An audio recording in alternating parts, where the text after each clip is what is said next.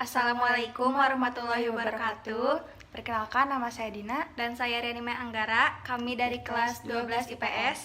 Di sini kami akan menyampaikan materi sosiologi tentang Mobilitas sosial. Kita langsung aja masuk ke pembahasan, yaitu pengertian mobilitas sosial. Nah, mobilitas sosial itu merupakan perubahan atau perpindahan status sosial baik ke atas ataupun ke bawah yang dialami seseorang individu atau kelompok sosial sehingga memberikan dampak berupa perubahan kelas baru. Selanjutnya, menurut Michel Aspesis, mobilitas sosial adalah perpindahan lingkungan sosial ekonomi baik ke atas atau ke bawah yang dapat mengubah seseorang di dalam masyarakat. Nah, sekarang kita masuk ke bentuk-bentuk mobilitas sosial. Yang pertama yaitu berdasarkan ruang lingkup. Dalam ruang lingkup terbagi dua, yaitu ada intragenerasi dan antargenerasi. Intragenerasi merupakan perpindahan yang terjadi dalam satu generasi. Contoh, status kakak dengan status adik. Yang kedua yaitu antargenerasi. Nah, antargenerasi dicapai dari status orang tuanya dan sering terjadi antargenerasi atau lebih. Contoh, kakek, ayah, dan anak. Misal, si kakek itu seorang TNI, lalu ayahnya merupakan seorang pengusaha, dan si anak merupakan seorang petani. Nah, itu dinamakan antargenerasi turun. Antargenerasi naik seperti apa? Ya, kebalikan dari itu. Oke, yang selanjutnya yaitu berdasarkan tipe. Nah, berdasarkan tipe ini terbagi menjadi 4. Ada vertikal, horizontal, struktural, dan lateral.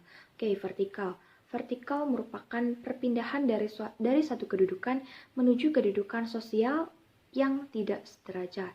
Nah, vertikal itu terbagi jadi 2. Ada vertikal naik atau social climbing dan ada vertikal turun, yaitu social sinking. Oke, contoh dari vertikal naik. Misal, seorang ayah yang awalnya berprofesi sebagai petani mengalami mobilitas dan ia berpindah atau berubah menjadi seorang pengusaha. Selanjutnya horizontal. Nah, kalau horizontal perpindahan status yang sederajat. Jadi walaupun berpindah, walaupun mengalami mobilitas, tetapi perpindahan atau perubahan status tersebut tetap sederajat. Selanjutnya yaitu struktural. Nah, struktural ini terjadi akibat peperangan, pertumbuhan ekonomi, inovasi teknologi, dan kejadian lain yang berpengaruh pada struktur sosial masyarakat. Lalu yang terakhir adalah lateral. Nah, inti dari lateral itu perpindahan secara geografis. Contohnya, urbanisasi, migrasi, dan lain-lain. Dan tidak mengubah status sosial secara langsung. Lalu, menurut Irtim Al-Sorokin, mobilitas dapat disalurkan melalui beberapa saluran. Yang pertama ada angkatan bersenjata, yang kedua lembaga pendidikan, yang ketiga lembaga keagamaan, yang keempat lembaga perkawinan, yang kelima organisasi politik, yang keenam organisasi ekonomi, yang ketujuh organisasi keolahragaan. Selanjutnya adalah faktor pendorong mobilitas sosial. Yang pertama adalah faktor struktural.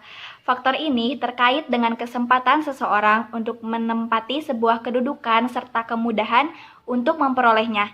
Nah, di Indonesia, struktur masyarakatnya sangat terbuka, jadi kesempatan kamu untuk menempati berbagai jabatan yang tinggi seperti manajer bahkan presiden menjadi lebih besar. Nah, yang kedua adalah faktor individu. Nah, faktor ini terkait dengan kualitas individu yang dilihat dari segi sikap, pengetahuan, dan keterampilan. Manusia dilahirkan dalam status sosial yang dimiliki oleh keluarganya.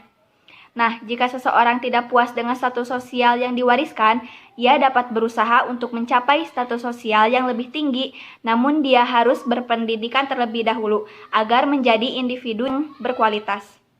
Yang ketiga adalah faktor ekonomi. Nah, jika situasi ekonomi dalam masyarakat cenderung baik, maka mobilitas sosial pun dapat terwujud. Nah, kondisi ekonomi yang baik membuat masyarakat mudah memperoleh modal pendidikan dan kesempatan lainnya.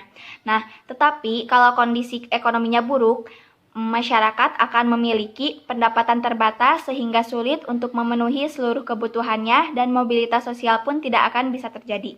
Nah, yang keempat adalah faktor politik.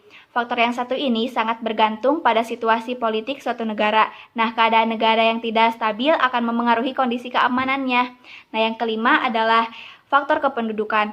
Menurut data Badan Pusat Statistik atau BPS, jumlah penduduk di Indonesia itu hampir selalu bertambah dari waktu ke waktu.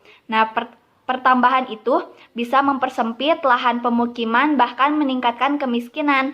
Nah, makanya masalah kependudukan seperti ini mendorong individu dan pemerintah untuk mengarahkan masyarakat agar bermigrasi ke daerah lain sehingga mobilitas sosial pun terjadi. Nah, yang selanjutnya adalah faktor penghambat mobilitas sosial. Yang pertama adalah kemiskinan. Masyarakat yang mengalami kemiskinan adalah mereka itu kesulitan untuk mencapai status sosial tertentu. Nah, apa sih penyebabnya? Penyebabnya adalah pendidikan yang rendah. Emang kenapa kalau pendidikannya rendah? Nah, kalau pendidikannya rendah, dia akan berdampak ke sumber daya manusianya pun akan rendah. Nah, jadi jika sumber dayanya rendah, dia pun akan kesulitan jika bersaing untuk mendapat pekerjaan dan akan menghambat mobilitas sosial. Yang kedua adalah diskriminasi. Diskriminasi adalah membeda-bedakan antar sesama karena beda suku, ras, golongan, ataupun agama. Nah, perlakuan membedakan seperti ini sangat tidak baik dan akan memicu konflik. Nah, dan ini pun akan menghambat terjadinya mobilitas sosial. Yang ketiga adalah stereotype gender. Apa sih stereotype gender? Nah, itu adalah membedakan karakteristik serta posisi antara laki-laki dan perempuan. Nah, seperti memiliki pandangan bahwa derajat laki-laki itu lebih tinggi daripada derajat perempuan. Nah, jadi perempuan itu gak boleh pendidikannya tuh misalnya gak boleh lebih tinggi dari laki-laki karena pada akhirnya perempuan itu akan mendapatkan suami gitu. Nah, pikiran seperti itu atau pendapat seperti itu bisa menghambat terjadinya mobilitas sosial. Yang selanjutnya adalah cara menaikkan status sosial. Yang pertama adalah menaikkan taraf hidup. Contohnya seperti orang kaya baru. Nah, di saat dia miskin, ia makan di tempat-tempat yang sederhana, yang biasa-biasa saja. Nah, saat dia menjadi orang kaya, ia makan di tempat yang mewah, yang mahal. Nah, seperti itu contohnya. Yang kedua adalah perubahan tempat tinggal. Nah, perubahan tempat tinggal contohnya seperti dia itu ingin lingkungannya itu misalnya yang selevel dengan dia, jadi dia itu memilih tempat tinggal yang selevel gitu. Yang ketiga adalah perubahan tingkah laku. Nah, perubahan tingkah laku itu seperti cara makan ataupun yang lainnya. Nah, yang keempat adalah perubahan nama. Pada zaman G30 komunis itu sangat dilarang. Nah, jadi pemerintah membuat himbauan untuk kaum Tionghoa untuk mengganti namanya karena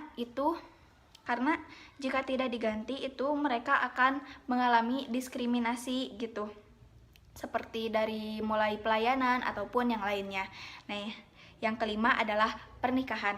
Nah, jadi jika kita ingin menaikkan status sosial, kita itu harus menikah dengan orang yang derajatnya lebih tinggi daripada kita, seperti bangsawan ataupun raja-raja, seperti itu. Dampak mobilitas sosial. Yang pertama, dampak positif. Yang pertama adalah mendorong seseorang untuk menjadi lebih maju. Yang kedua, mempercepat perubahan ke arah yang lebih baik. Yang ketiga adalah meningkatkan integrasi sosial. Yang selanjutnya, dampak negatif dari mobilitas sosial. Yang pertama, timbulnya konflik. Yang kedua, kurangnya solidaritas. Yang ketiga adalah gangguan psikologi seperti ketakutan, frustasi, ataupun yang lainnya. Sekian pemaparan materi sosiologi dari kami. Mohon maaf bila ada kesalahan karena manusia tidak luput dari kesalahan. Sekian dari kami. Wassalamualaikum warahmatullahi wabarakatuh.